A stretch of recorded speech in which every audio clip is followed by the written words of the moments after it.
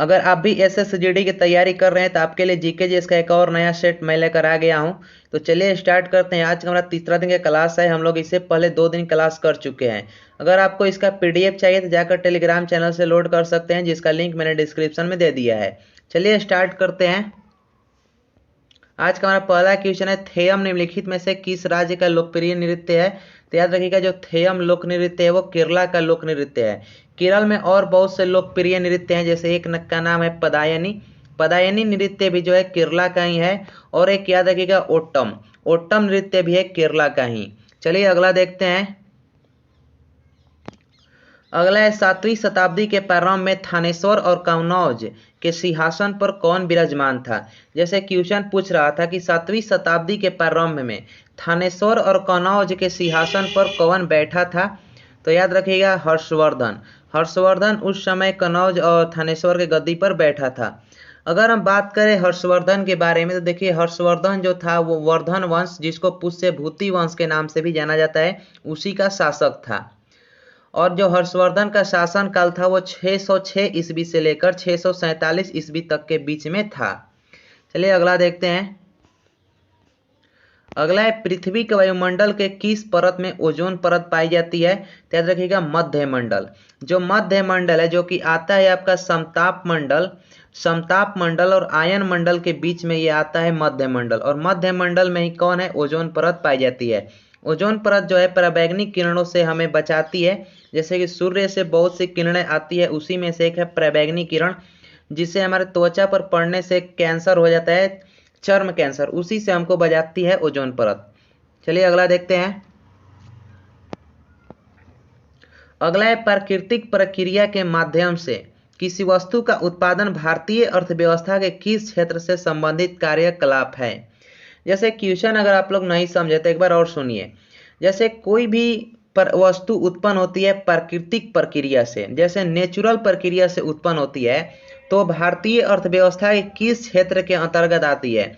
जैसे कि आपको पता होगा कि भारतीय अर्थव्यवस्था को 3 कैटेगरी में बांटा गया है, प्राथमिक क्षेत्र, द्वितीयक क्षेत्र, तृतीयक क्षेत्र। तो याद रखिएगा, कोई भी वस्तु जब प्राकृतिक प्रक्रिया से उत्पन्न होती है तो उसको प्राथमिक क्षेत्र में रखा गया है। प्राथमिक क्षेत्र में जैसे कृषि को रखा गया है, और कुटीर उद्योग को भी किस में रखा गया है, प्राथमिक क्षेत्र में ही रखा गया है। अगर हम बात करें प्राथमिक क्षेत्र के बारे में थोड़ा सा और, तो इसके अंतर्गत कृषि, पशुपालन, मत्स्य पालन और वन और खान से संबंधित कार्य भी इसी में आता है। अगर हम द्वितीय क्षेत्र के बारे में बात करें तो इसके अंतर्गत विनिर्माण उद्योग क्षेत्र जो भी है उसके अंतर्गत, जैसे कल कारखाने आता है। और तृतीय क्षेत्र में सेवा क्षेत्र, जैसे शिक्षा हो गया, कोचिंग क्लास जो भी चल रहा है वो तृतीय क्षेत्र के अंतर्गत ही आता है। अगला देखते हैं। अगला है, निम्नलिखित में से कौन दक्षिण भारत की सबसे लंबी नदी है। तो याद रखिए गोदावरी। जो गोदावरी है वो दक्षिण भारत की सबसे लंबी नदी है। गोदावरी को दक्षिण भारत का गंगा के नाम से भी जाना जाता है। और ये जो गोदावरी है त्रिंबक नामक गांव से निकलता है। अगला देखते हैं। अगला है, 2022 में होने वाले शीतकालीन ओलंपिक खेलों की मेजबानी कौन सा शहर करेगा। तो याद रखिएगा, जो 2022 में हो रहा है शीतकालीन ओलंपिक, ये हो गया बीजिंग में हो गया है। जो कि बीजिंग कहाँ पड़ता है, चीन में। इसमें देखिए भारत नहीं गया था। भारत और अमेरिका के साथ साथ कुछ और देश भी नहीं गए थे, क्योंकि जो चाइना की रणनीति है उसी कारण इन देशों ने उसको बाइकआउट कर दिया था। चलिए हम अगला देखते हैं। अगला है, भारतीय इतिहास के मध्यकाल के कवि तुलसीदास जी ने रामचरितमानस किस भाषा में लिखा था। तो याद रखिएगा अवधी। जो तुलसीदास जी थे वो मध्यकाल में थे, यानी कि मुगल समय में ये तुलसीदास जी थे। लगभग 1500 ईस्वी के आसपास ये तुलसीदास जी थे भारत भूमि पर। और इन्होंने रामचरित यानी कि रामायण का आधुनिक स्वरूप देकर लिखा रामचरितमानस, और उसको अवधी भाषा में इन्होंने लिखा था। अगला देखते हैं। अगला है, दिए गए विकल्पों में से कौन सी बीमारी सुअर से फैलती है। तो याद रखिएगा स्वाइन फ्लू जो है वो सुअर से फैलने वाली बीमारी है। स्वाइन फ्लू जो है वो सुअरों से फैलती है। अगर हम बात करें जिक्का की, तो जिक्का ये मच्छर से फैलता है। और जो प्लेग है, प्लेग वायरस के कारण फैलता है प्लेग बीमारी। जो स्वाइन फ्लू है वो H1N1 वायरस के कारण फैलता है। अगला देखते हैं।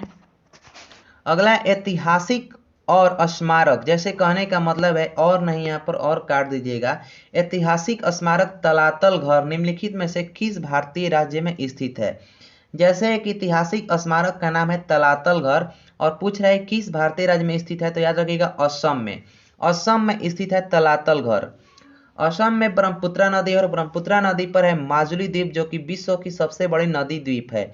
और उसी पर एक द्वीप है उमा शंकर द्वीप जो कि ब्रह्मपुत्रा नदी पर है और वो विश्व की सबसे छोटी नदी द्वीप है। अगला देखते हैं। अगला है वह भारतीय व्यक्ति कौन सा है जो पानी फाउंडेशन के संस्थापक है? देखिए पानी फाउंडेशन एक है जिसका संस्थापक पूछ रहा है, तो याद रखिएगा पानी फाउंडेशन के जो संस्थापक है आमिर खान है। पानी फाउंडेशन के संस्थापक कौन है? आमिर खान। अगला देखते हैं। अगला है शीर्षक द लीजेंड ऑफ लक्ष्मी प्रसाद। जैसे एक पुस्तक है जिसका नाम है द लीजेंड ऑफ लक्ष्मी प्रसाद, उसी के लेखक का नाम पूछ रहे हैं, तो याद रखिएगा जो लीजेंड ऑफ लक्ष्मी प्रसाद पुस्तक के राइटर हैं उनका नाम है ट्विंकल खन्ना। ट्विंकल खन्ना कौन है? तो जो एक्टर है इंडियन एक्टर अक्षय कुमार, उन्हीं की पत्नी है ट्विंकल खन्ना। अगला देखते हैं। 2022 तक भारतीय संविधान के अनुच्छेदों की संख्या कितनी है? तो याद रखिएगा अभी टोटल 448 अनुच्छेद भारतीय संविधान में है 2022 जनवरी 2022 तक। अगला देखते हैं। अगला है दिए गए किस वर्ष के उपभोक्ता संरक्षण अधिनियम के स्थान पर उपभोक्ता संरक्षण विधेयक 2018 को पारित किया गया है? जैसे कि आपको पता है कि भारतीय संविधान के द्वारा बहुत से संरक्षण अधिनियम या बहुत से अधिनियम को पारित किया गया है। उसी में से एक है उपभोक्ता संरक्षण अधिनियम जिसको 1986 में पारित किया गया था। तो 1986 के आधार पर ही फिर इसमें 2018 में एक विधेयक पारित किया गया इसी के देखते हुए। तो याद रखिएगा 1986 के उपभोक्ता संरक्षण अधिनियम के स्थान पर उपभोक्ता संरक्षण विधेयक 2018 को पारित किया गया है। अगला देखते हैं। भारत में फ्रांसीसी उपनिवेश की राजधानी क्या थी? तो याद रखिएगा पुडुचेरी। जो पुडुचेरी थी भारत फ्रांसीसी उपनिवेश की राजधानी थी। जैसे कि आपको पता होगा कि भारत में सबसे पहले पुर्तगाली आए थे जिनकी राजधानी कोची थी, और उसके बाद आए कौन? ब्रिटिश आए, फिर स्वीडिश वाले आए और फ्रांसीसी आए 1664 ईस्वी में। जब फ्रांसीसी आए तो उन्होंने गोवा और पुडुचेरी के क्षेत्र पर कब्जा किया था जिसका राजधानी बनाया था पुडुचेरी ही। अगर हम बात करें फ्रांसीसी भारत से कब गए, तो देखिए जो फ्रांसीसी है भारत से गए थे 1961 ईस्वी में। 1961 ईस्वी में फ्रांसीसी भारत से गए थे। अगला देखते हैं। अगला है भारतीय उपमहाद्वीप पर पाए जाने वाले आज, यहाँ पर थोड़ा गलती हो गया है, एक बार गौर से सुनिएगा।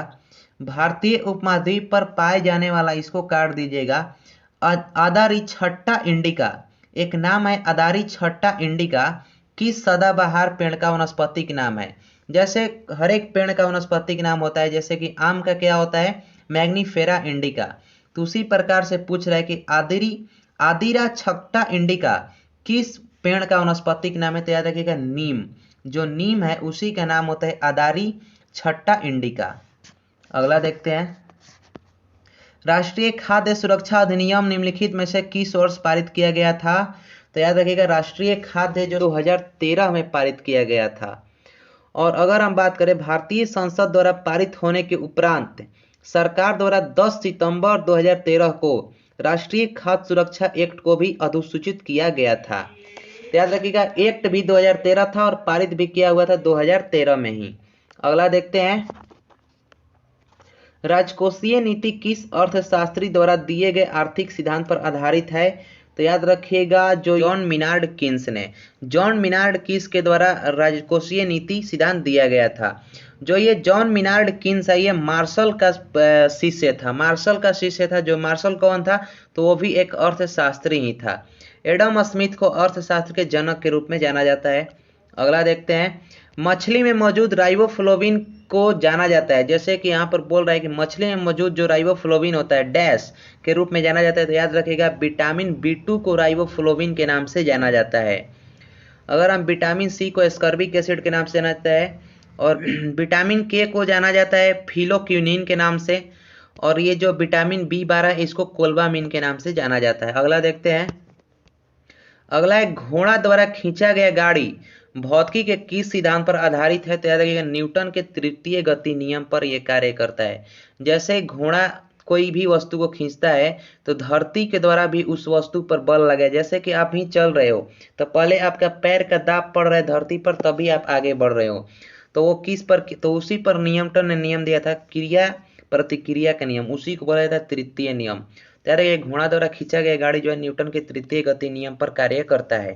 तो उम्मीद करता हूँ आज का सेशन आपको अच्छा लगा होगा। मिलेंगे नेक्स्ट वीडियो में।